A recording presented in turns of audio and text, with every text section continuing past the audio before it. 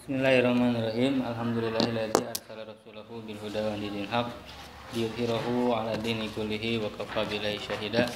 Asyhadu an la ilaha illallah wa la syarikalah wa asyhadu anna Muhammadan 'abduhu wa rasuluh. Alhamdulillah, dengan izin Allah kita masih bisa melanjutkan pembelajaran kita. Mudah-mudahan pembelajaran kita ini menjadi bermanfaat buat kehidupan kita untuk memperdalam agama, dan mudah-mudahan kita digolongkan oleh Allah ke dalam komunitas ya yang dapat mendalami Islam. Ya, sebagaimana Allah katakan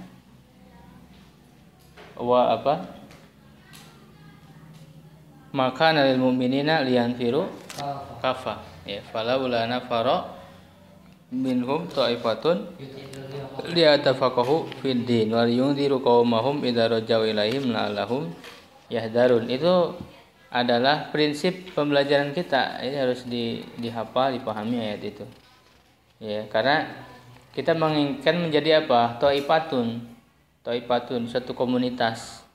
Ya, liyatafaqahu fid din, ya, yang mendalami Islam ini.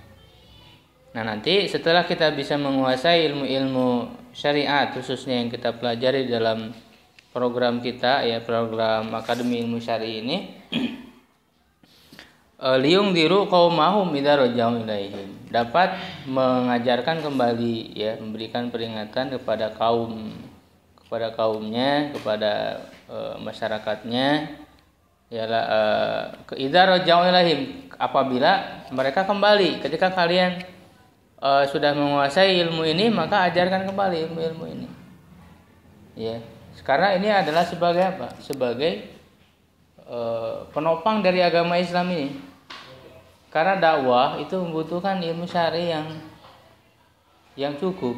Ya, karena kalau orang hanya berdakwah tanpa dilandasi dengan ilmu syar'i yang cukup, akhirnya mereka tanpa sadar, ya, memberikan ilmu-ilmu yang salah. Gitu, ya, memahami Islam secara salah, memahami Al-Quran tafsir yang salah, kalau tidak memiliki landasan ilmu syar'i yang kuat. Nah, maka disinilah kita perlu untuk belajar, ya, untuk menjadi orang-orang yang termasuk ke dalam kelompok, ya, tafaqquh fiddin ini, ya, supaya kita landasan ilmu kita kuat, gitu, ya. Nah, di dalam kitab Raudhatun Nadhir, yang merupakan kitab dari usul fikih yang klasik, ya, yang cukup menjadi ilmu, ya, secara luas di dalam usul fikih, ya. Kita sudah menyelesaikan pertemuan sebelumnya tentang muqaddimah, ya, tentang muqaddimah usul fikih yang sudah kita bahas. Ya, nah, kita menginginkan bisa memahami kitab ini dengan benar, ya, sehingga tidak ada yang kita lewatkan, termasuk Ibnu Qudamah, ya, sebagai penulis kitab ini juga menyertakan satu muqaddimah, ya, yang berisi ilmu mantik, ya, yang berisi ilmu mantik. Tidak beda dengan kitab yang ditulis oleh Imam Abu Hamid Al-Ghazali, ya, di dalam kitab Al-Mustasfa. Ya, karena pada hakikatnya kitab Raudhatun Nadhir ini adalah ringkasan, sebenarnya ringkasan dari kitab Al-Mustasfa, yang penyusunan tema-temanya juga sama. Ya, sama penyusunan tema-temanya, seperti halnya Abu Hamid Al-Ghazali memulai kitabnya itu dengan muqaddimah ilmu mantik, termasuk juga Ibnu Qudamah. Ya. Kenapa kemudian menjadi penting dalam ilmu usul fikih diberikan muqaddimah tentang ilmu mantik? Ya, sebagaimana yang sudah dijelaskan sebelumnya, bahwa usul fikih itu kan istimdaduhu. Apa kemarin istimdaduhu? Pengambilan dasar atau ilmu-ilmu ini diambil dari ilmu apa saja, itu istimdadu. Ya, adalah dari apa? Dari ilmu apa? Dari ilmu syariat, hukum-hukum dari ilmu fikih atau hukum-hukum syariat, kemudian dari ilmu-ilmu bahasa Arab, ya kan? Kemudian dari ilmu kalam dan ilmu mantik. Ya, jadi makanya nanti di dalam pembahasannya usul fikih itu tidak akan terlepas dari dasar ilmu mantik. Ya kan? Karena ilmu mantik itu apa yang kalian ketahui? Yang kalian sudah pernah belajar kan ilmu mantik? Ilmu mantik itu apa yang kalian pahami, yang udah dipelajari? Untuk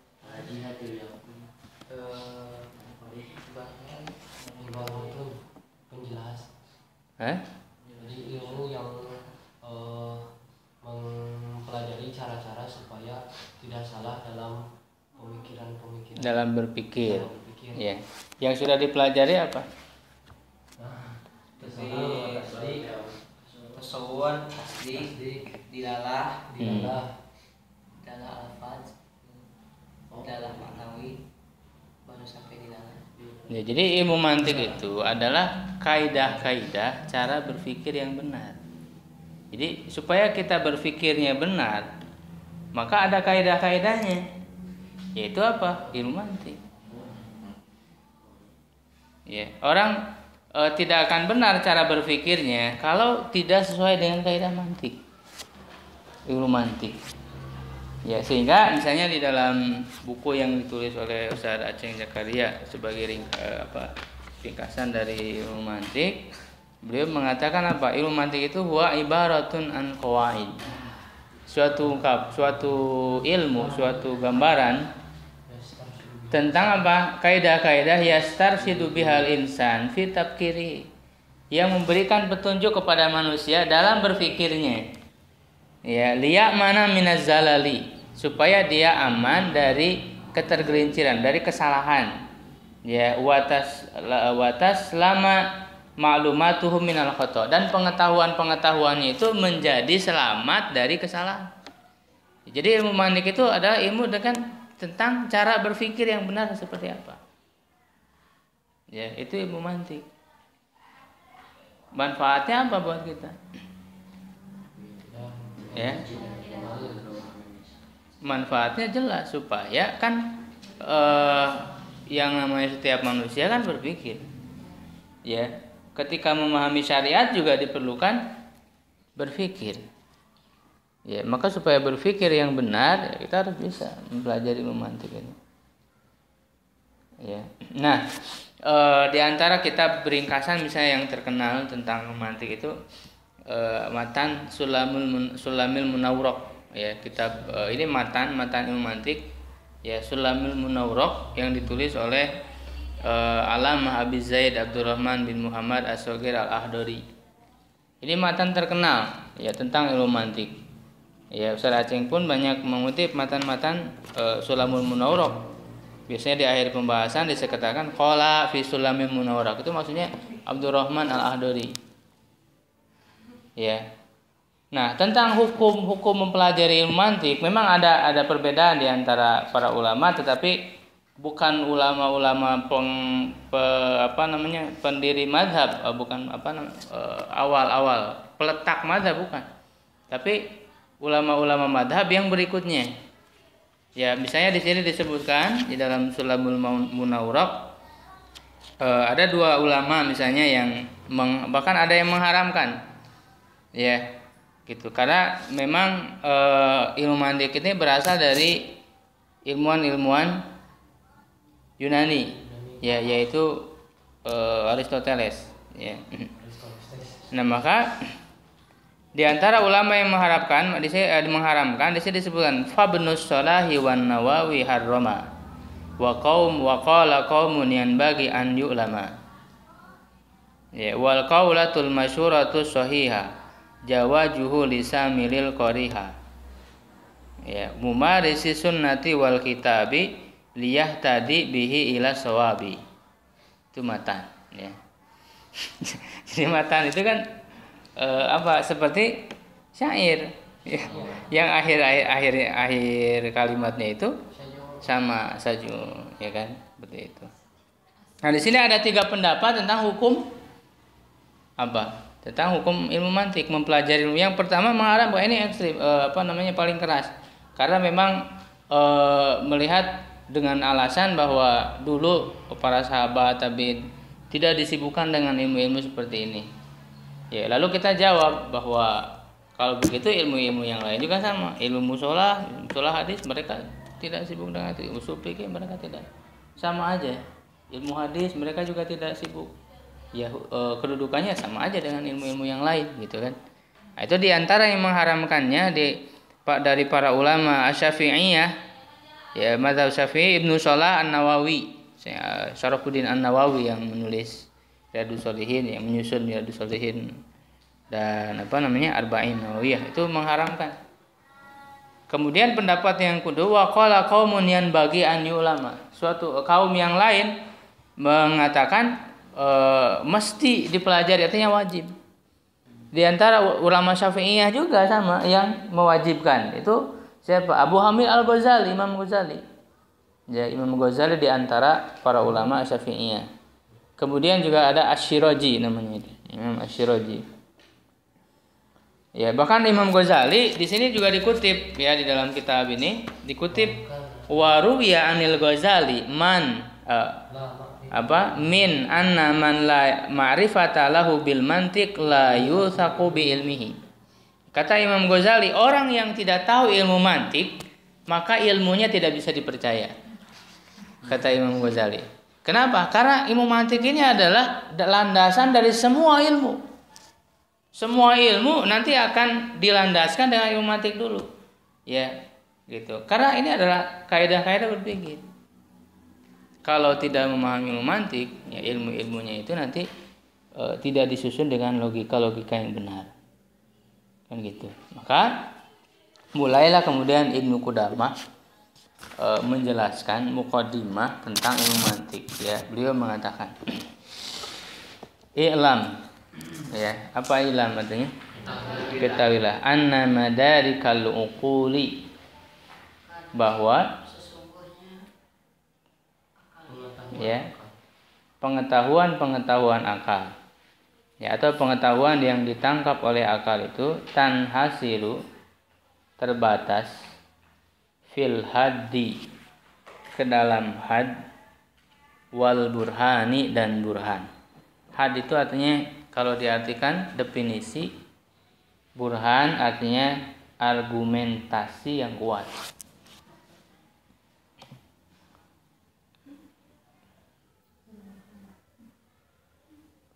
Had dengan burhan. Al-hadu, al-burhan.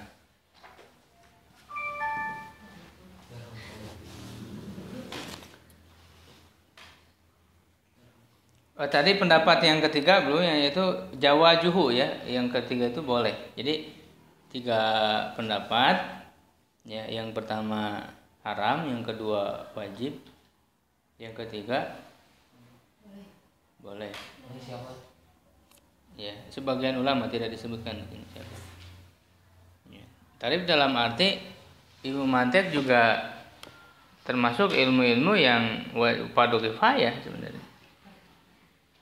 Ya, yang wajib dipelajari, apalagi bagi orang-orang yang memang dia orang itu memang dia punya kemampuan untuk bisa mempelajari ilmu mantik, sedangkan sangat dibutuhkan dan tidak ada lagi kecuali orang-orang tersebut, maka itu bisa menjadi fardu ain.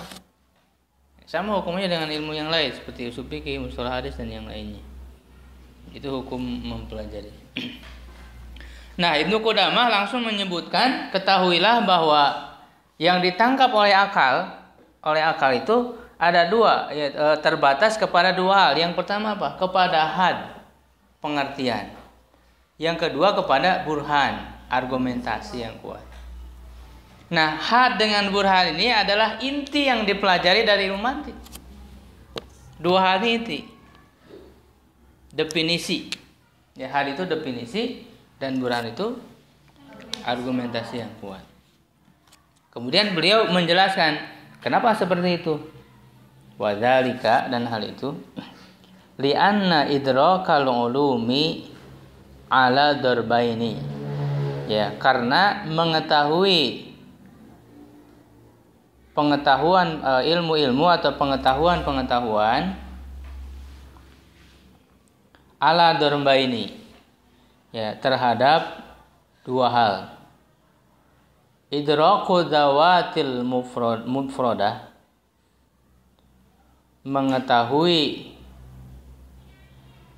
ya hakikat mufrad. Mufrad itu dalam arti apa? Satu kata. Mengetahui satu kata.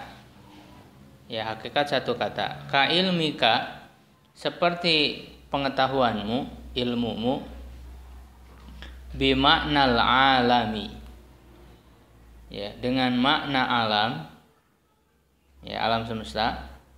Wal hadisi, dan yang apa? Hadis itu diperbaharui, ya, yang diperbaharui atau yang diadakan, ya, yang diadakan. Wal qadim, dan yang terdahulu. Jadi lawan dari hadis lawannya qadim. Wasani, dan yang kedua, idraku nisbati hadhil mufradati, mengetahui nisbah, hubungan mufrad ini, ya, mufradat ini, ya, satuan kata ini, ba'diha bi ba'din, ya, sebagian kepada sebagian yang lain,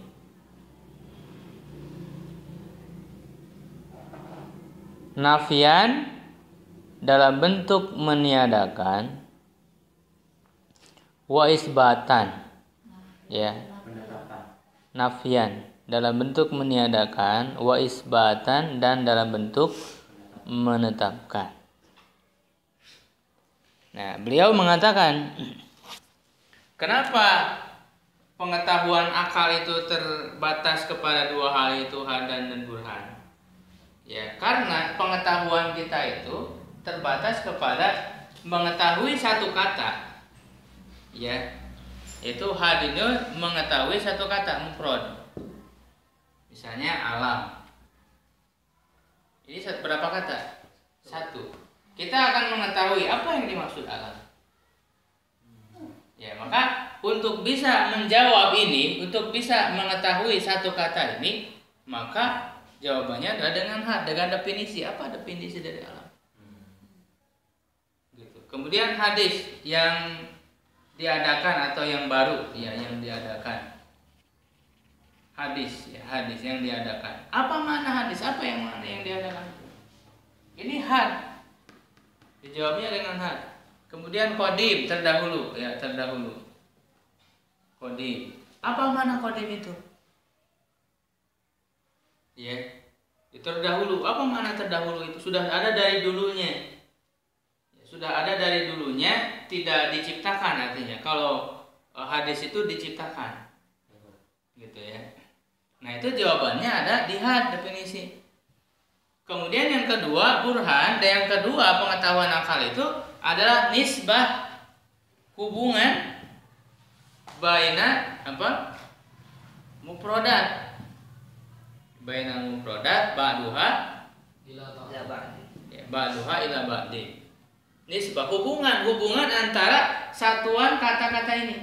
Hubungan dengan ini hubungan, dihubungkan, ketika dihubungkan. Kalau ini kan mengetahui satu kata, alam, hadis, qadim. Ya, imma apa? Nafian wa isbatan, baik nafian, menafikan, nafian itu dengan kata tidak. Kalau nafian berarti kita katakan, misalnya, kita kan sudah mengetahui apa itu alam semesta alam. Apa itu yang diadakan, yang diciptakan.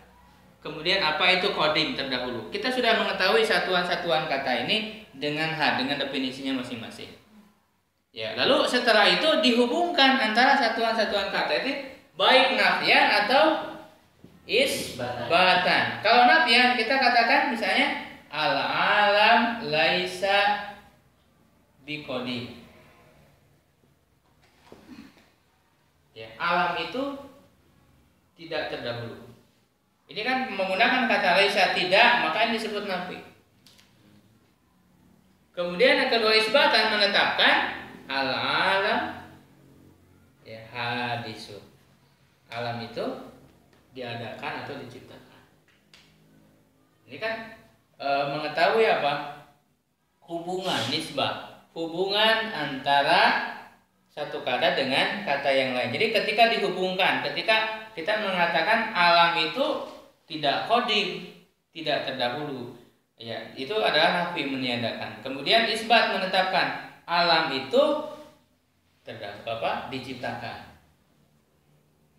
Jadi alam itu yang disebut hadis asalnya tidak ada. Jadi disebut hadis itu maknanya alam itu asalnya tidak ada lalu diadakan, itu hadis.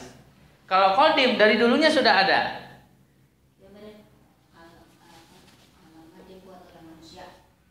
Hah? Enggak, bukan. Ya, alam semesta itu ketika disebut hadis sebelumnya tidak ada lalu diadakan oleh siapa? Oleh Allah yang menciptakan. Sedangkan Allah qadim, Allah tidak diciptakan. Allah itu sudah ada dari dulunya. Qadim hanya Allah aja berarti. Iya. Ya, jadi seperti itu. Contoh lain misalnya air panas, kan? Air satu kata. Kita tahu air itu apa? Ya, kita air tahu air itu. Cara mengetahui kata apa yang dimaksud dengan air, pakai definisi. Air itu apa? Air atau matahari panasnya. Ya. Kemudian yang kedua panas. Kata panas ini satu kata dulu. Air, panas. Panas itu apa? Sifat air. Bukan hanya sifat air, enggak. Kita ngebahasnya satu kata dulu, dipisah dari kata air. Ini dijawabnya dengan definisi. Apa itu panas? Apa itu air? Jadi mengetahui mana satu kata. Nah, ketika kemudian dihubungkan menjadi air itu panas, itu sudah menjadi nisbat.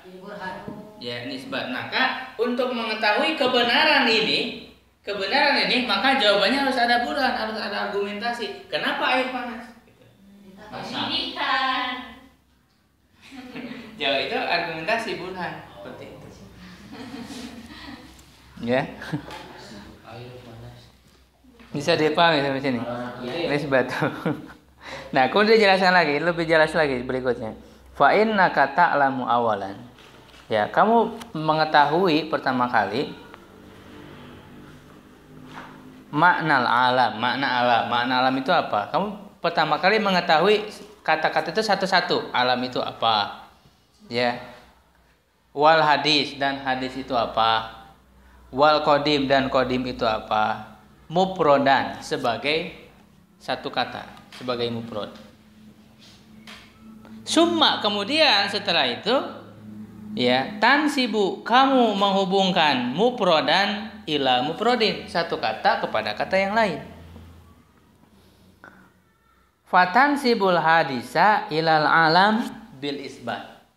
Ya, kamu menghubungkan kata alam ya dengan hadis tadi, dengan hadis alam dengan hadis bil isbat, dengan menetapkannya. Dengan menetapkannya artinya kamu mengatakan alam itu hadis. Ya, alam itu diadakan, diciptakan. Ya, bil isbat, dengan penetapan. Fatakulu, maka kamu katakan al alamu hadis. Ya, kamu katakan al alamu hadis. Wa tansibul qadim, kamu menghubungkan kata qadim ya ilaihi, kepadanya, kepada alam, bin nafi, dengan nafian tadi itu nafi. Fatakulu, kamu katakan al alam laisa biqadim. Ya, alam itu tidak terdahulu tapi diadakan. Fadarbul awal, ya, bagian yang pertama, yastahilut tasdiku wa takdzibu fihi. Mustahil ada pembenaran dan ada pentidakbenaran atau pengingkaran. Ada pembenaran dan ada pengingkaran. Mustahil. Ya, fihi padanya. Ya, jadi ketika dikatakan misalnya alam, enggak, kamu enggak mengatakan benar gitu. Enggak gitu. Ya, gitu kan? Benar, oh bohong, oh salah. Ketika dikatakan alam itu tidak menerima adanya pembenaran atau pengingkaran. Ya, penganggapan terbenar atau penganggapan salah itu enggak ada. Karena masing-masing satu kata itu. Ya, enggak dinisbatkan kepada benar atau salah. Ya, tetapi kalau sudah menjadi dua kata, jadi penisbatan antara satu kata dengan kata lain baru berlaku. Ketika dikatakan misalnya alam hadis, memang nanti ada pembenaran dan pengingkaran. Ya, alam itu hadis, emang benar. Bisa benar bisa salah kan gitu. Ketika suatu kalimat sudah dinisbatkan seperti itu berkemungkinan benar dan berkemungkinan salah. Misalnya air ini panas, ya bisa benar bisa salah, kan gitu. Nah, tetapi kalau satu kata itu mustahil dikatakan benar atau salahnya. Ya.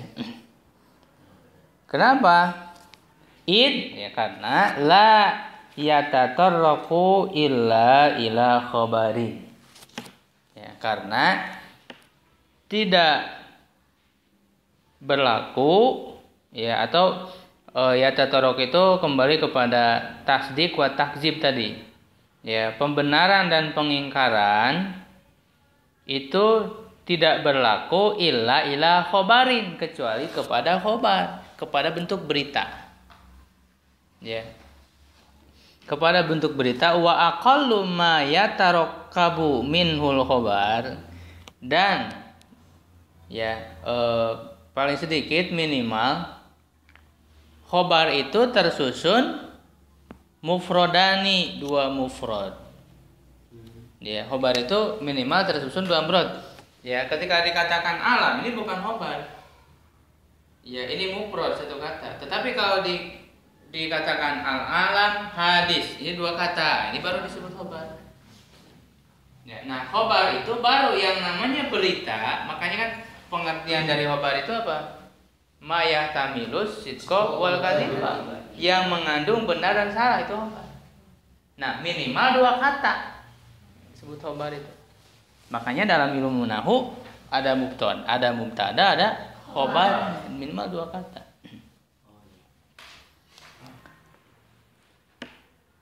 Wadar busani, dan bagian yang kedua itu apa? Ini nisbah bainal mufradat.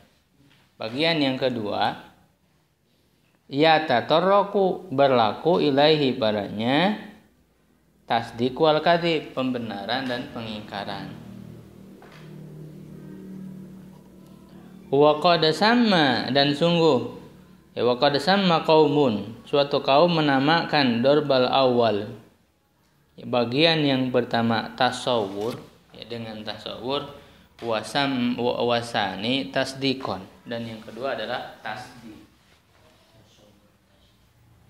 Nah, ini yang disebut dengan ini kan karena ini ilmu mantik, maka kita menggunakan istilah ilmu mantik.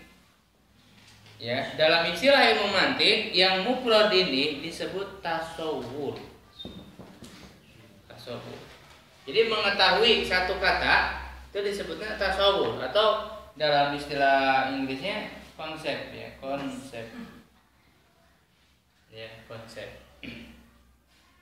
Sedangkan yang kedua yaitu nisbah bainal mufradat nafian aw isbatan, ya disebutnya tasdik.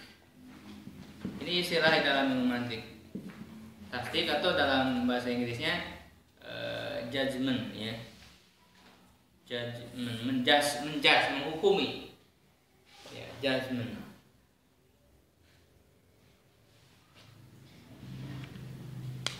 Itu dalam istilah ilmu mantik. Ya, suatu kaum maksudnya ahli mantik. Wasamma akharun al-awwala ma'rifatan. Sedangkan yang lainnya menamakan yang pertama tadi yang mufrad itu dinamakan dengan ma'rifah, wasani ilman, dan yang kedua ilmu. Ya, sebagian ulama lain menyebut bahwa yang pertama adalah ma'rifah dan yang kedua adalah ilmu. Wasamma nahawiyun. Apa itu nahawiyun? Ahli nahu. Ya, ahli nahu menamakan al-awal mufrodan. Yang pertama itu sebagai mufrad, wasani jumlah, dan yang kedua jumlah. Ya.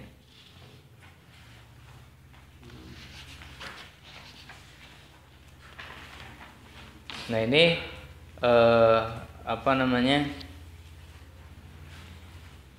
menyambung ke yang tadi dulu, yang awal, bahwa yang meletakkan ilmu mantik ini adalah siapa? Aristoteles. Itu ada 3 penyebutan namanya itu. Bisa Aristoteles, bisa Aristoteles, bisa Aristo aja. Ya, ada 3 penyebutan. Ya, ada Aristoteles, ya Aristoteles, Aristo. 3 penyebutan. Nah, ini para ulama membicarakan, ya, Aristoteles ini katanya ada yang mengatakan dia adalah termasuk kaumnya Nabi Musa. Ya, dari Yunani. Ya, ada juga yang mengatakan kalau memang dia bukan kaumnya Nabi Musa, dia termasuk sebagai ahli fatroh. Ya, ahli fatroh itu adalah orang yang tidak sampai dakwah Nabi kepadanya. Sehingga kalau hukumnya ahli fatroh, ya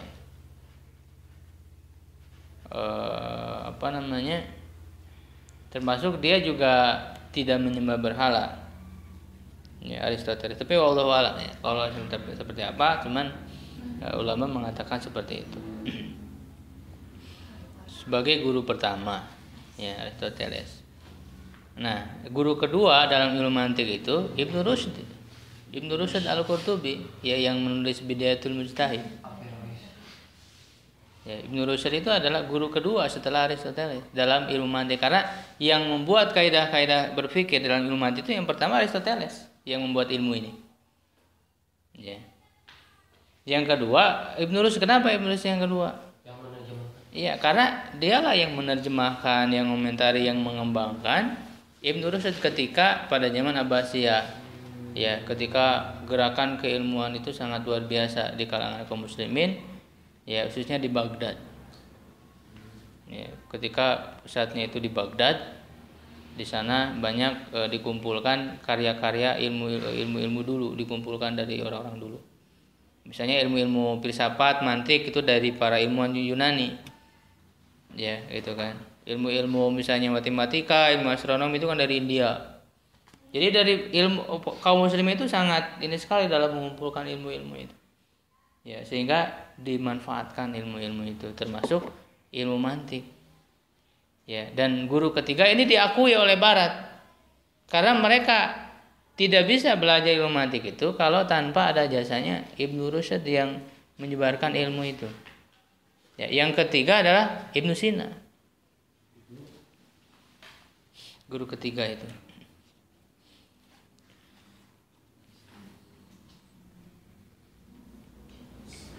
Jadi inti dari yang dibahas dalam ilmu mantik ini 2, ya, yaitu apa? Tasawur dan tasdik. Ya, tasawur dan tasdik. Kemudian berikutnya dikatakan wayan bagi an yu'raful basitu, dan semestinya diketahui al-basit, yang sederhana, yang ringan, qabla murakkabihi, ya, sebelum kepada murakkabnya. Ya, murakkab itu artinya yang tersusun. Ya, jadi susunan katanya lebih banyak. Kalau basit hanya satu kata. Ya, kalau murakkab susunan katanya banyak. Fa inna man la ya'riful mufrada, ya, karena sesungguhnya orang yang tidak mengetahui mufrad, satu kata, tidak mengetahui ya suatu kata, kaifa ya'riful murakkab? Bagaimana mungkin dia bisa mengetahui yang murakkab, yang tersusun? Wa man la ya'rifu ma'nal alam wal hadis.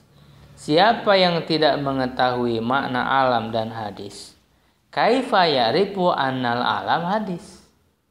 Bagaimana mungkin dia bisa mengetahui bahwa alam itu hadis? Jadi misalnya kita nggak tahu alam, nggak tahu apa itu alam, nggak tahu apa itu hadis. Mana mungkin kita mengetahui suatu khobar, suatu nisbat bahwa alam itu hadis. Misalnya air itu panas, ya kita nggak tahu air, panas nggak tahu panas, nggak mungkin. Mana mungkin kita bisa memahami air itu panas, karena airnya aja nggak tahu, panasnya aja nggak tahu, apalagi ketika dihubungkan. Gitu. Jadi harus mengetahui dulu, had dulu, kita harus mengetahui had dulu setiap kata. Definisi setiap kata itu apa? Ya. Gitu. Ketika kita bisa mengatakan pesantren ini bagus, misalnya ya. Sebelum kita mengetahui pesantren ini bagus, kita harus mengetahui dulu pesantren itu apa. Yang kedua, bagus itu apa? Ukuran bagus itu apa? Nah, baru setelah kita mengetahui apa itu pesantren, apa itu bagus, baru kita harus mengetahui pesantren itu bagus, gitu ya. Kalimat dari pesantren itu bagus. Seperti itu. Ya. Nah, kemudian pembagiannya. Ya, pembagiannya ini kan ilmu. Ini kan pembagian ilmu sebenarnya. Jadi ilmu itu dibagi dua, ya. Ada tasawur dan ada tasdik. Tasawur itu mengetahui satu kata, sedangkan tasdik itu mengetahui hubungan dari ya di satu kata dengan kata yang. Nah, masing-masingnya ada dua bagian. Ya, tasawur dan tasdik itu masing-masing ada dua bagian. Ada yang termasuk daruri, ada yang termasuk nazori. Tasawur ada dua, ada daruri, ada nazori. Begitu juga tasdik. Ya, ada daruri, ada nazori. Jadi masing-masingnya ada dua bagian. Tasawur ada dua, daruri dan nazori. Ya, tasdik ada dua, daruri dan nazori. Apa yang disebut daruri dan nazori? Daruri itu yang tidak membutuhkan kepada pemikiran, ya, penelitian dan pemikiran. Jadi di dalam mantik disebutkan, ya, atau istilahnya daruri itu badihi, sama ya, badihi atau daruri. Kalau di sini disebutkan badihi. Jadi badihi itu fal badihi huwa ma la yahtaju ila fikrin wa nazarin, yang tidak membutuhkan pemikiran dan penelitian. Jadi nggak usah diteliti lagi.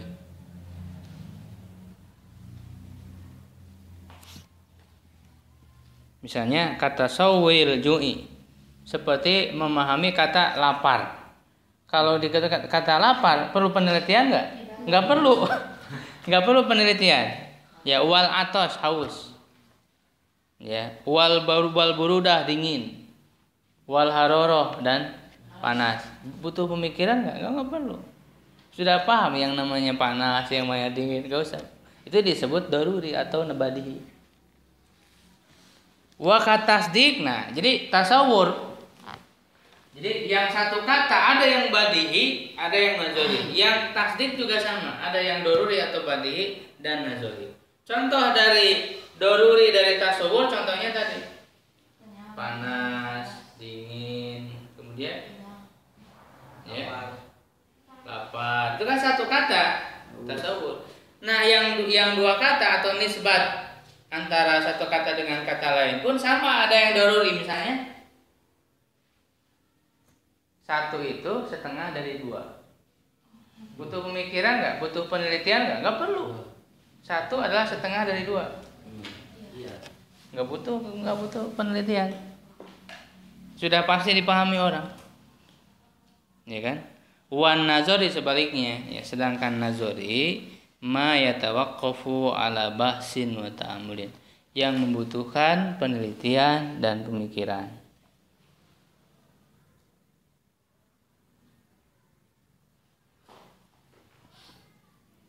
Ya, misalnya apa yang tasawur yang nazorinya misalnya, yang satu kata tapi butuh pemikiran.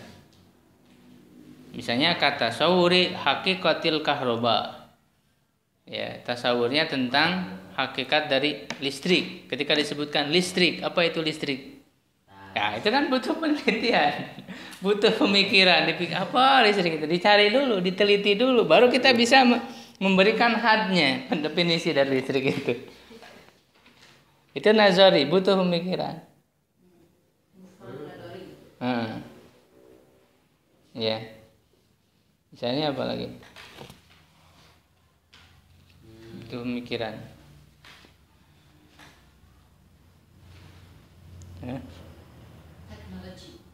Teknologi misalnya. Apa itu teknologi? Kan butuh pemikiran kan. Jadi pokoknya kalau ada satu kata, kita untuk memahaminya butuh pemikiran dulu, penelitian dulu. Itu disebutnya nazari. Nah, ada juga yang tasdik, yang nazari. Contohnya tadi al-alam hadis, ini kan butuh penelitian. Kenapa alam disebut hadis? Butuh penelitian, butuh pemikiran. Ya. Kemudian juga di sini wabi annal amwat satu asu minal kubur. Ya, yang mati akan dibangkitkan dari kubur. Itu butuh penelitian, butuh dalil. Ya, yang udah dikubur akan dibangkitkan. Itu kan bukan badihi, ya, orang-orang kafir nggak percaya misalnya, ya, jadi butuh kepada penelitian, ada dalilnya, ada ayatnya, ada hadisnya, itu butuh penelitian. Maka di dalam kitab ini disebutkan wa ma'rifatul mufradat kismani, ya, jadi mengetahui mufrad ini kisman ada dua, yaitu tadi ya badihi atau awali. Nah di sini disebutnya awali itu sama. Jadi ada 3 istilah di sini. Bisa daruri, badihi atau awali. Ada 3 istilah. Wa huwa alladhi yartasimu ma'nahu. Dia itu yang maknanya tergambar.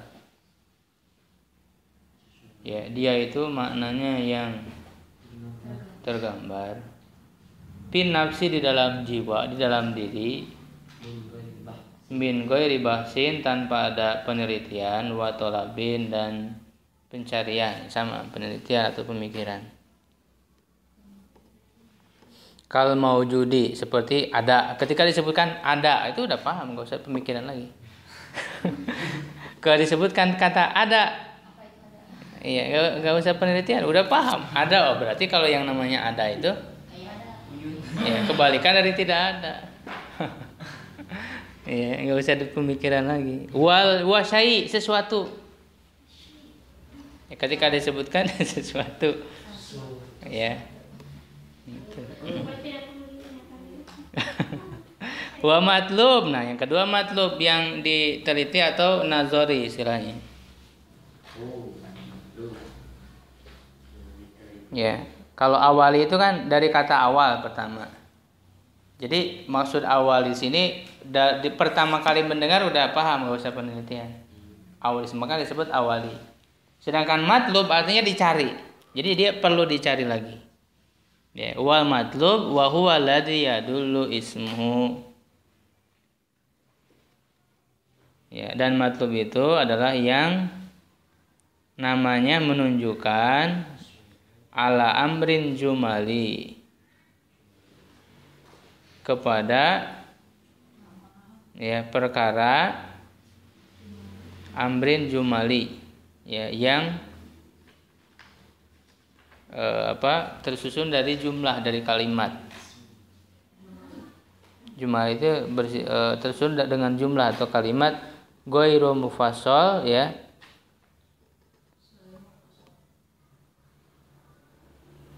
selain mufassal. Dirinci, maksudnya enggak, jumlah di sini maksudnya global, masih umum. Ya, sedangkan mufassal sudah dirinci. Sudah dirinci itu artinya kita sudah paham maknanya, Pak. Sedangkan Jumali itu tadi butuh penelitian. Sama. Jadi ini pengertian lain dari nazori ya, dari nama nazori, istilah nazori. Ya, cuman Ibnu Qudamah di sini tidak menyebutkan langsung istilah darun nazori, tapi nanti disebutkan berikutnya. Ya, wadar busani dan bagian yang kedua kisman, dua bagian aidon. Maksudnya dar busani ini apa? Tasdik. Ya, jadi sama. Tasawur ada dua pembagian, tasdik juga ada dua pembagian. Awali kadaruriyat. Ya, yang pertama seperti daruriyat, awali daruriyat. Ini sebenarnya sama istilahnya, awali dengan daruriyat.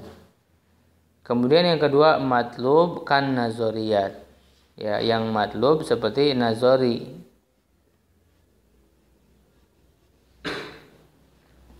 Fal matlubu minal ma'rifah, ya, maka yang dicari dari ma'rifah pengetahuan, la yaktanisu, ya, yaktanisu itu berasal dari kata konasa yaknisu, artinya soda ya suruh, artinya berburu. Ya, jadi la yaktanisu tidak bisa diburu. Diburu maksudnya tidak bisa dipahami maknanya. Illa bil hadi, kecuali dengan had, dengan definisi.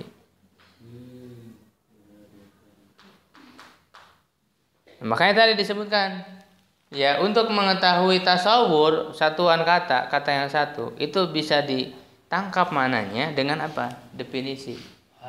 Had, dengan had. Wal matlubu minal ilmi, sedangkan yang matlub ya minal ilmi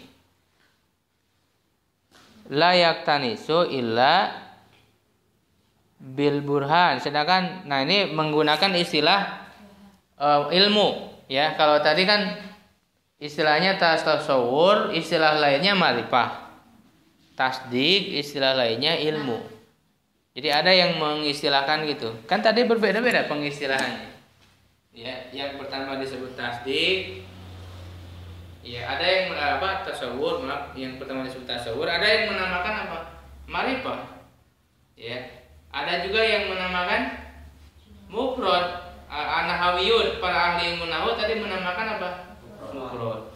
Nah, sedangkan yang tasdiknya ada yang menyebut tasdik, kemudian ada yang menyebut ilmu. Jadi kalau yang tasawur itu ma'rifah, kalau yang tasdik itu ilmu. Ma'rifah di sini artinya pengetahuan. Jadi ketika dikatakan misalnya alam, itu kan bukan ilmu gitu. Ada yang memahami itu kan hanya sebatas pengetahuan. Jadi di sini kan dibedakan antara pengetahuan dan ilmu. Apa bedanya pengetahuan dan ilmu? Kan ada ilmu pengetahuan, alam, ilmu pengetahuan. Apa bedanya ilmu dan pengetahuan? Nah, di sini dibedakan. Ma'rifah itu mengetahui satu kata. Mengetahui alam itu apa, mengetahui papan tulis itu apa, mengetahui air itu apa, itu ma'rifah, pengetahuan. Sedangkan kalau mengetahui misalnya apa namanya, air itu bermanfaat, itu ilmu baru. Ya, jadi yang hubungan menghubungkan dari kata-kata tersebut, ya itu diistilahkan ilmu. Jadi ini perbedaan istilah aja. Ya, maka Ibnu Qudamah di akhir mengatakan ma'rifah maksudnya tasawur. Ma'rifah di sini maksudnya tasawur. Yang tasawur ini tidak bisa dipahami kecuali dengan had, dengan pengertian. Sedangkan ilmu maksudnya tasdik. Tasdik ini tidak bisa diketahui atau tidak bisa ditangkap maknanya kecuali dengan burhan. Artinya kita tidak percaya bahwa ini benar atau tidak kecuali setelah ada argumentasi yang kuat. Burhan. Ya, validalika, oleh karena itu kulna, ya kami katakan madarikal uquli tanhasiru fihima. Ya, pengetahuan akal itu terbatas pada keduanya, yaitu apa? Had dan burhan.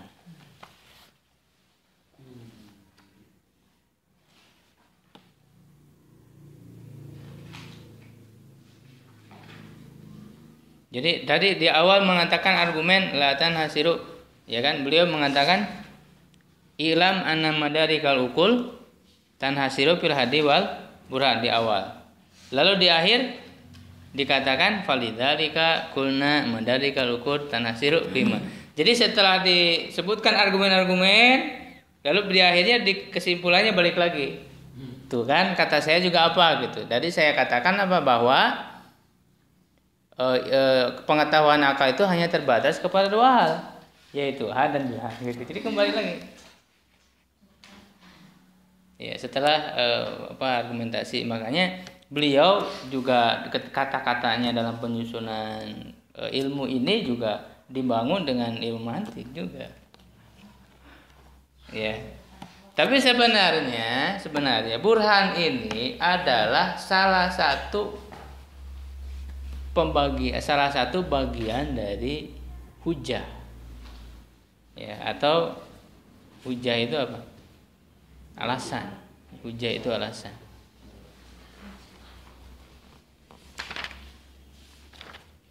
Ya, nanti kaitannya dengan istidlal ya. Istidlal juga artinya argumentasi. Videonya ada lagi yang udah mulai hilang. Ya, karena nanti pembagiannya gini. Pembagian tasawur nggak ada lagi tasawur. Ya. Kemudian tasdik. Dakhiran aja. Ya, jadi pembagiannya ini kelihatan nggak?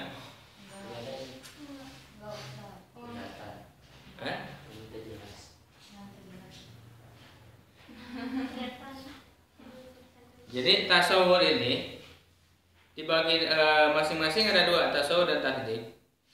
Ya, ada nanti pembahasannya terhadap mabad, ada yang disebut mabadi, ada yang disebut maqasid. Ya, mabadi dan maqasid. Mabadi itu permulaan. Ya, mabadi itu apa? Permulaan. Sedangkan maqasid tujuan. Ya. Kalau yang namanya permulaan kan di awal.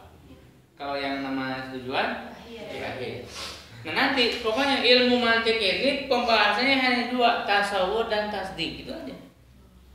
Enggak jauh dari itu. Semua nanti yang dibahas satu buku ini atau dalam ringkasan matan ini semuanya hanya membahas dua, tasawur dan tasdik. Ilmu mantik itu namanya. Ya, tapi nanti ada yang mabadinya di tasawur, ada mabadi, ada maqasid. Ya, di tasdik ada mabadi, ada maqasid.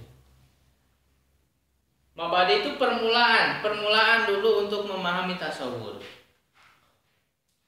Ya, dan maqasid itu adalah tujuan dari memahami tasawur. Tasdik juga sama. Untuk permulaan memahami tasdik ada mabadi, dan tujuan dari memahami tasdik adalah maqasid. Nah, apa mabadi dari tasawur? Yang disebutkan mabadi dari tasawur ada yang disebut dengan al-kulliyatul khamsu. Ya, ini sebenarnya ringkasan dulu dari ilmu mantik ya. Tasawur al-tasdik.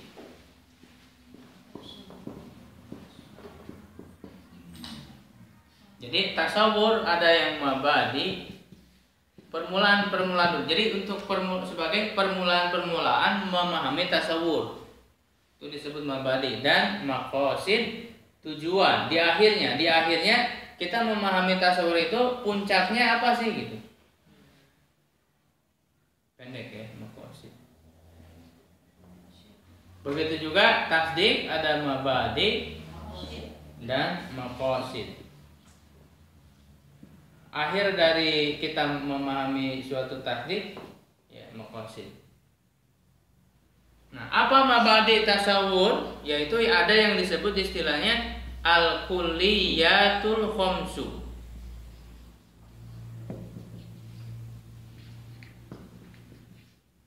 Kulliyatul khamsu. kuli yang 5. Nanti ada disebut lafaz kuli. Kuli itu nanti lawannya juz'i. Kuli itu lafaz menyeluruh. Juz'i itu lafaz sebagian atau umum dan khusus ya. Kuli itu lafaz umum, juz'i itu lafaz khusus. Jadi nanti ada istilah yang disebut kuliyatul khams. Jadi makna kuli, makna menyeluruh ada 5 bagian. Nanti 5 bagian itu ada yang disebut jinsun, nau'un, faslun, ardun am dan ardun khos. Itu kuliyatul khams itu 5. Ya, itu tasawur sebagai mabadinya awalnya. Lalu maqasidnya ya tujuan akhir dari setelah, karena nanti untuk sampai kepada maqasid harus dari mabadi dulu. Gak mungkin bisa langsung kita kepada maqasid kalau mabadinya kita belum paham. Ya, nah maqasid dari tasawur apa? Tarik, pengertian, itu had tadi itu.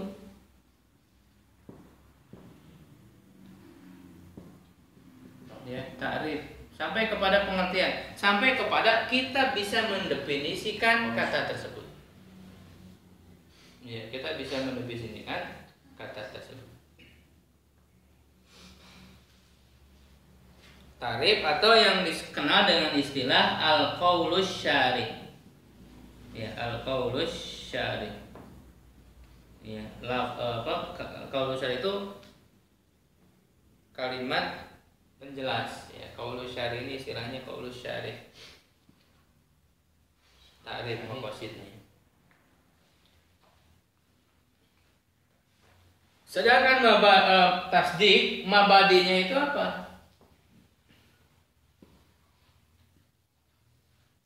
Ya, permulaan kita memahami tasdik, mabadinya itu disebut dengan qadiyah. Qadiyah. Ya. Qadiyah itu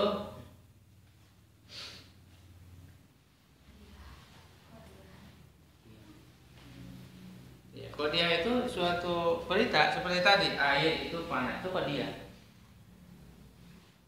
Ya. Qadiyah.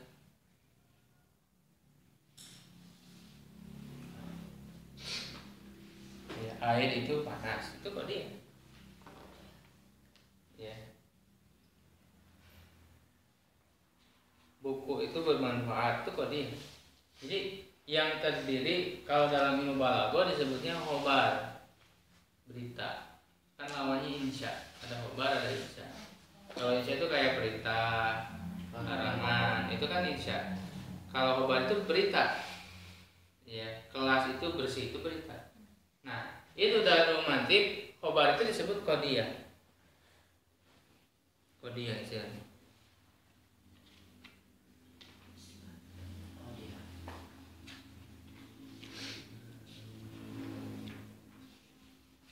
Kemudian maqasid dari tasdik apa?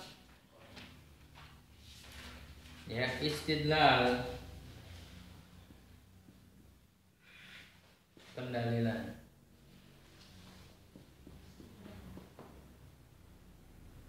Ya, istidlal. Nah, maka ketika dikatakan had tarik, ini kan maqasidnya tasawur had. Maqasidnya tasawur. Ya, itu ada di takrif itu had itu. Nanti ada pembahasannya. Maka setelah beres ini satu paragraf ini Ibnu Qudamah. Nah, setelahnya berikutnya membahas tentang had, pembagian had. Pembagian pengertian. Gitu ya. Nah, istidlal, pendalilan atau argumentasi ini juga yang disebut dengan hujjah. Nah, Ibnu Qudamah tidak menggunakan istidlal, tidak menggunakan kata istidlal, tetapi burhan. Ya, tetapi sebenarnya burhan itu salah satu bagiannya, tidak semua istidlal itu burhan.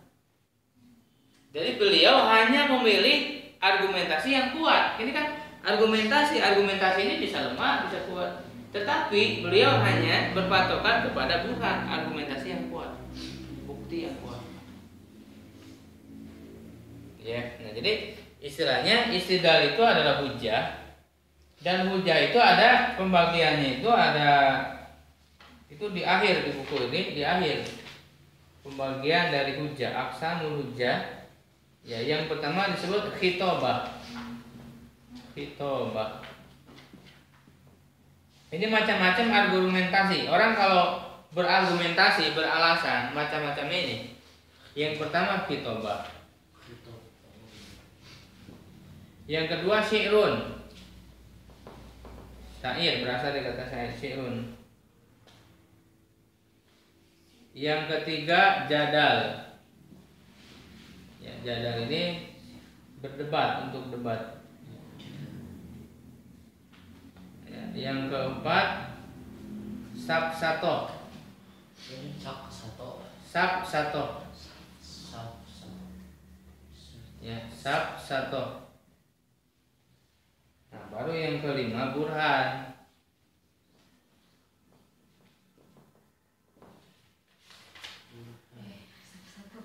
Jadi ada 5. Ya, ada 5. Pembagian dari argumentasi atau hujah. Ya, kan hujah itu dibutuhkan untuk menyatakan bahwa tasdiknya atau nisbat bainal mufradah itu dikatakan benar. Kan tadi ini berkemungkinan benar, berkemungkinan salah kan? Maka untuk bisa sampai kepada ini itu benar, butuh apa? Hujah, butuh argumentasi. Alasannya apa? Jadi kenapa misalnya dikatakan buku itu bermanfaat? Itu kan sudah tasdik. Nah, untuk kita bisa menilai tasdik ini benar atau tidak, butuh argumentasi. Apa argumentasi alasannya buku bermanfaat? Karena di dalamnya misalnya terdapat ilmu. Ya. Gitu. Jadi kan itu adalah sebuah kesimpulan. Ya, sebuah kesimpulan. Nah, untuk sampai kepada kesimpulan itu ada argumentasi dulu. Gak mungkin orang sampai kepada kesimpulan ya kalau tanpa ada argumentasi terlebih dahulu. Ini macam-macamnya sebenarnya. Tapi nanti untuk istidlal cara-cara, kalau ini kan macam-macam, beda cara dengan macam. Ya, kalau macam-macamnya ada yang pertama disebut hitobah.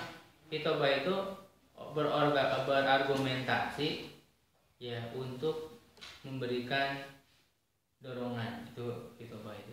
Hitobah itu kan dari kata khoti. Khoti itu kan menyemangati gitu kan. Mendorong orang untuk berbuat. Itu hitobah.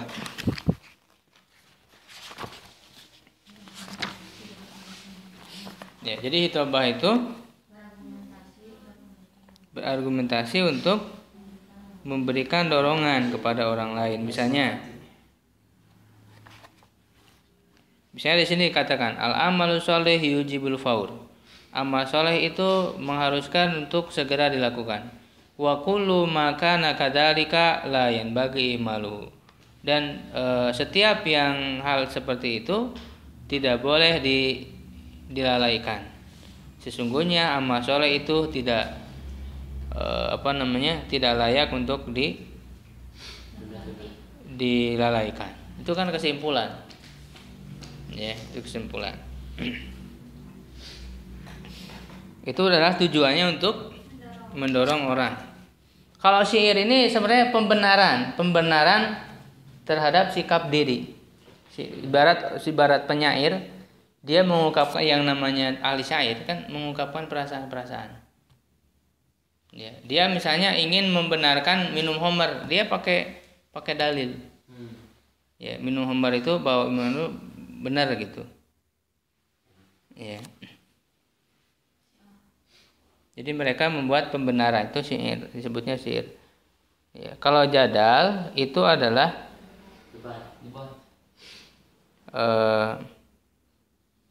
istidlal atau istilahnya nanti kias, disebutnya kias. Ya.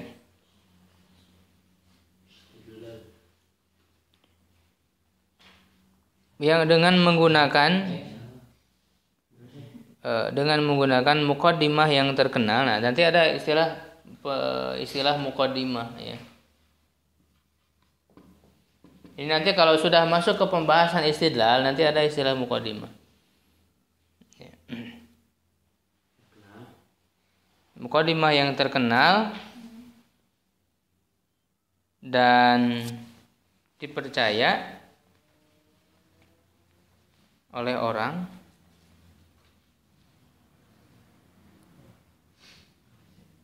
atau yang dipercaya di kalangan musuh gitu. Ketika kita berdebat dengan orang, nah kita bisa menggunakan argumentasi awal, karena ada argumentasi nanti kesimpulannya ya, karena kan untuk membangun kesimpulan butuh muqaddimah dulu. Nah, kita menggunakan muqaddimah itu dengan muqaddimah yang terkenal dari mereka ya, itu debat, itu jadal disebutnya ya. Nanti kita bisa memahami secara ininya kalau sudah masuk ke pembahasan istidlal ya. Sedangkan sabsato ya, itu adalah argumentasi yang tersusun dari muqaddimah yang dusta.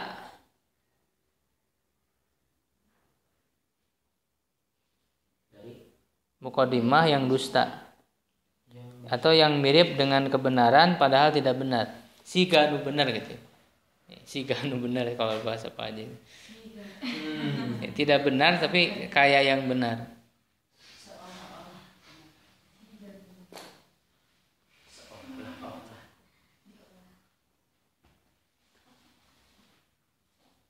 Ya, kalau kuda itu suaranya apa namanya? Meringkik. Misalnya di sini dikatakan hadza farasun, ini kuda. Ya, wa kullu farasin sohil. Setiap kuda itu meringkik. Ya, kemudian kesimpulannya ini meringkik gitu. Ya, ini meringkik. Ya, hadza mayitun misalnya, ini adalah mayit. Wa kullu mayitin jamad. Ya, setiap mayit itu benda mati. Ya, ini benda mati. Kan nanti kesimpulannya salah. Manusia benda mati bukan yang mayit itu. Nah, ini kan menggunakan muqaddimah yang seperti benar tapi tidak benar. Ya, kemudian yang terakhir burhan.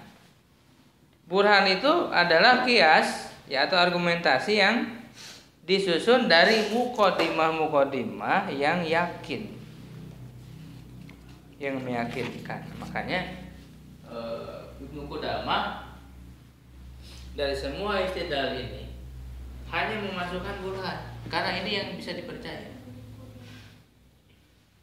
Ya, karena argumentasi ini, burhan ini ya, karena kenapa? Karena burhan ini bisa digunakan argumentasinya ya, karena berasal dari muqaddimah yang kuat. Untuk memahami muqaddimah itu gini. Nanti kan pembahasan istidlal itu nanti ada istidlal qiyas dan istidlal istiqra'i istilahnya. Qiyasi dan istiqra'i. Qiyasi ini disebutnya silogisme. Contohnya gini. A sama dengan B. B sama dengan C. Maka kesimpulannya, natijahnya A sama dengan C. Ini kesimpulan. Untuk sampai kepada kesimpulan A sampai dengan C, itu butuh muqaddimah dulu. Muqaddimah pertama A sama dengan B. B sama dengan C. Ini disebutnya muqaddimah sugro. Ini muqaddimah sugro. Kemudian yang ini muqaddimah kubro. Istilahnya itu, muqaddimah kubro. Nah, baru ini disebutnya natijah, kesimpulan. Ini cara argumentasi itu begitu. Ini disebutnya istidlal qiyasi. Qiyas.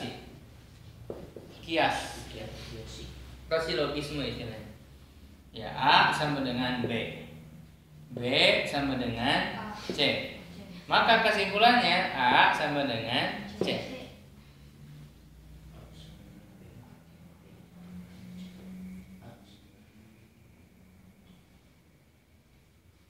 Misalnya gimana?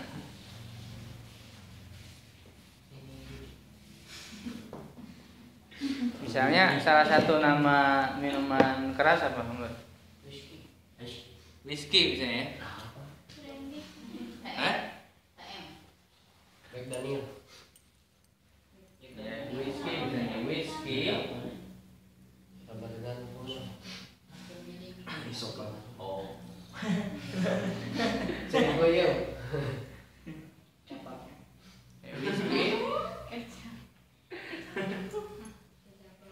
Ya, atau istilah lain itu nabid misalnya, an-nabid. An-nabidu muskirun. Ya, nabid itu muskirun, memabukkan. Ini mukadimah pertama, mukadimah sugro. Kemudian kullu muskirin haramun. Maka kesimpulannya itu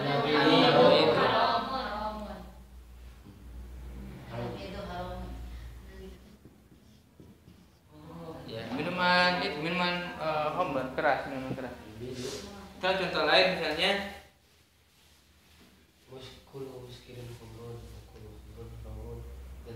herawan adalah manusia. Ini kan mukadimah pertama, mukadimah sugro. Herawan adalah manusia. Setiap manusia akan mati. Manusia akan mati. Maka kesimpulannya herawan akan mati. Gitu.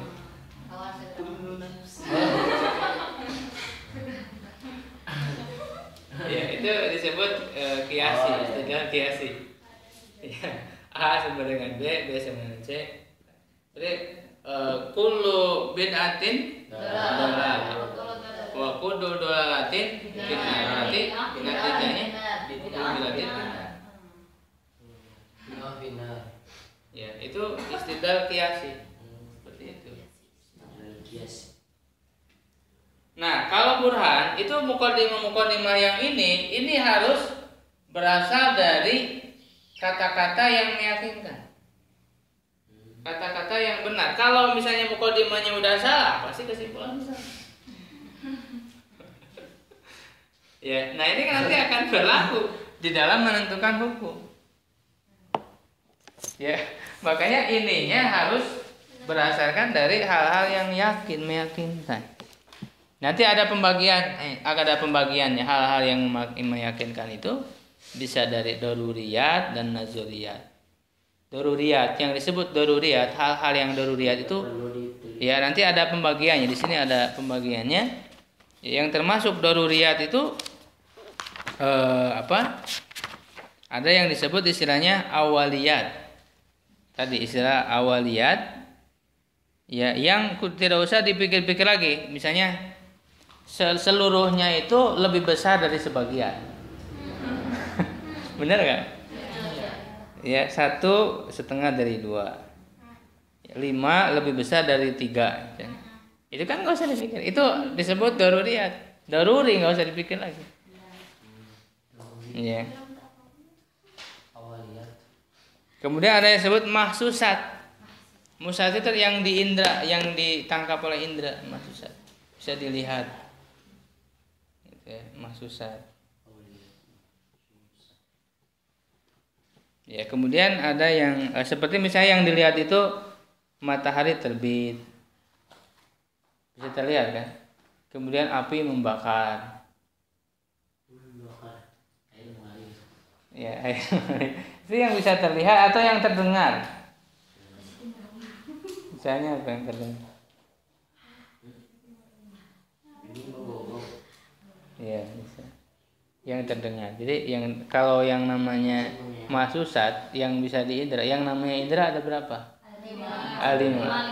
Indra apa aja? Pendengar, penglihatan, pengecap, peraba, perasa. 5.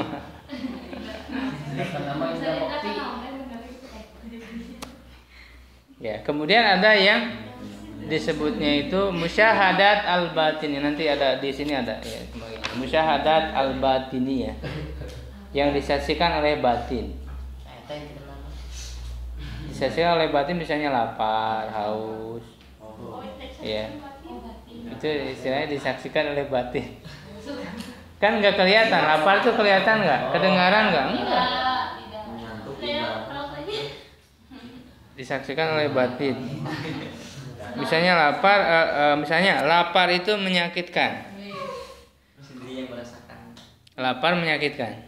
Itu disaksikan oleh batin.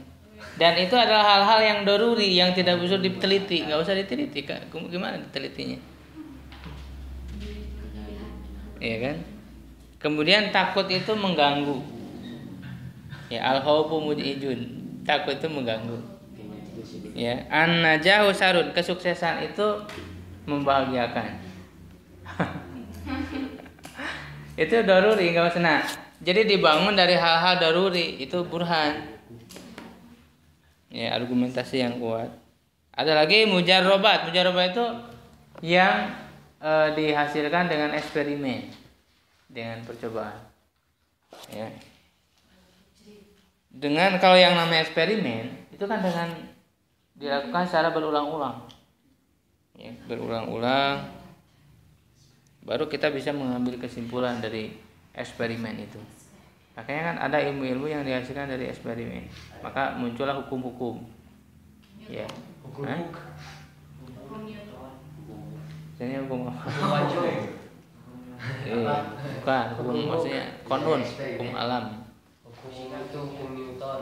Hukum gravitasi.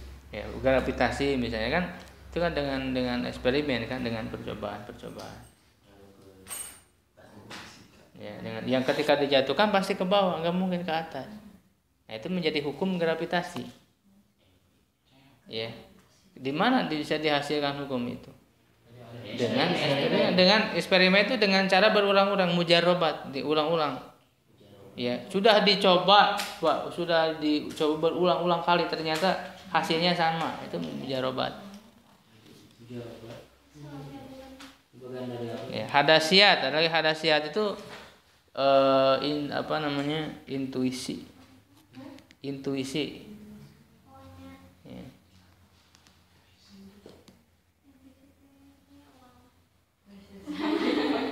Intuisi coba cari mananya Pak nanti intuisi.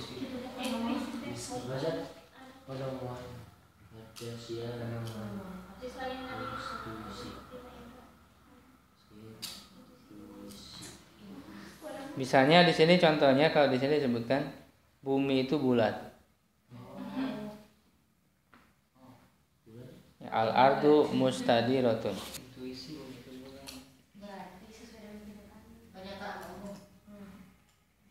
Bukan.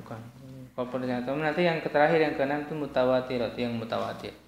Ya kalau sesuatu yang mutawatir disetujui oleh banyak orang dan tidak mustahil kedustaannya, ya itu adalah mutawatir. Dan mutawatir itu termasuk ilmu daruri yang tidak perlu diteliti karena udah diriwayatkan oleh banyak orang. Makanya kan ada hadis mutawatir. Nah, kalau hadis itu mutawatir itu termasuk ilmu daruri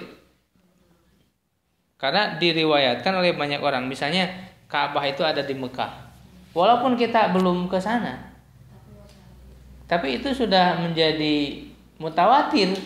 Orang semua bicara bahwa Ka'bah itu ada di Mekah. Kita kan belum melihat secara langsung, benar nggak? Kalau kita melihat secara langsung itu sudah masuk mahsusat, karena kita melihat langsung. Tapi sekarang misalnya yang belum pergi haji, ya belum melihat langsung Ka'bah. Tapi dari mana kita bisa tahu percaya bahwa di sana Ka'bah, ada Ka'bah di sana?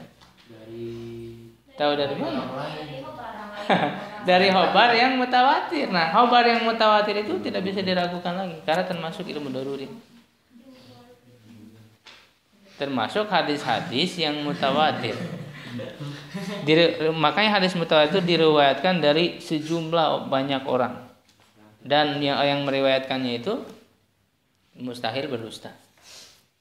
Misalnya hadis mutawatir itu apa? Man kadzaba alayya mutamammidan falyatabawa maq'adahu min. Itu diriwayatkan oleh 200 sahabat.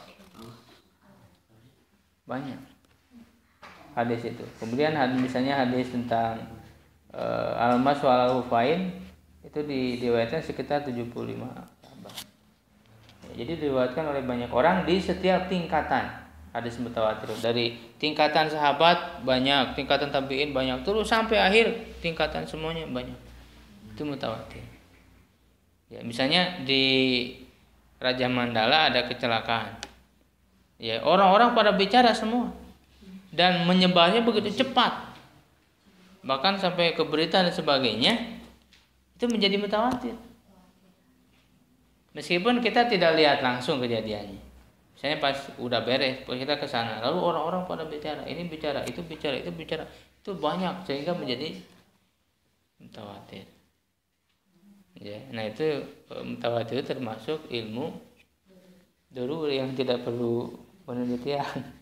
Ya, maka itulah burhan bisa dibuat. Ya, burhan itu berdasarkan nanti muqaddimahnya itu harus hal-hal yang mutawatir. Ya, apa hal-hal yang yakin. Salah satunya mutawatir. Betul itu ya. Apa?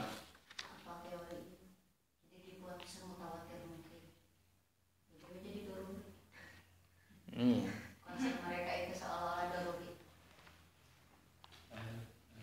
Ya, padahal sebenarnya itu termasuk apa? Sabsatoh ya. Atau syi'run argumentasinya.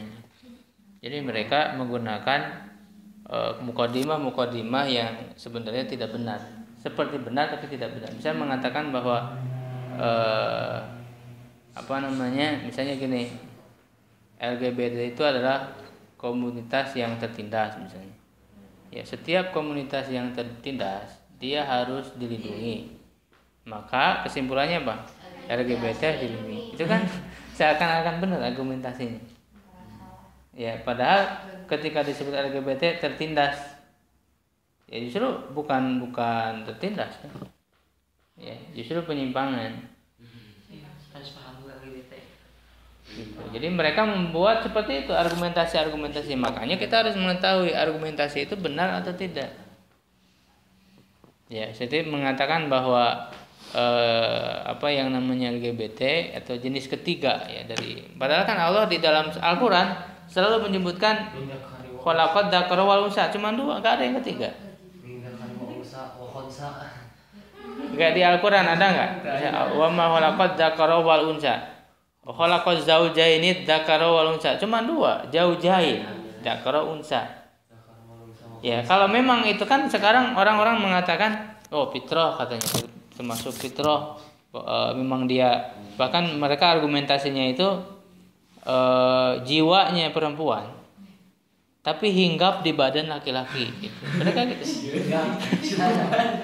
Ya, dia terperangkap istilahnya jiwa yang feminim terperangkap di dalam badan yang maskulin. Jasad yang maskulin. Mereka gitu argumentasinya. Ya, argumentasi orang-orang liberal itu begitu. Ya, mereka dan mereka kemudian ini permasalahan gender juga. Jadi menurut mereka gender itu bukan kelamin biologis tetapi kelamin sosial.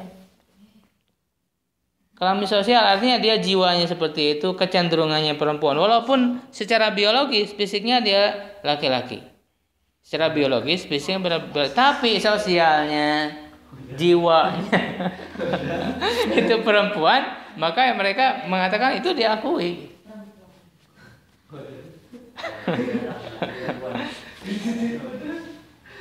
Ya, nah maka supaya kita bisa melawan mereka, argumentasi mereka itu kita membutuhkan ilmu mantik, ilmu berpikir seperti ini supaya kita bisa melawan pemikiran mereka. Orang liberal seperti itu.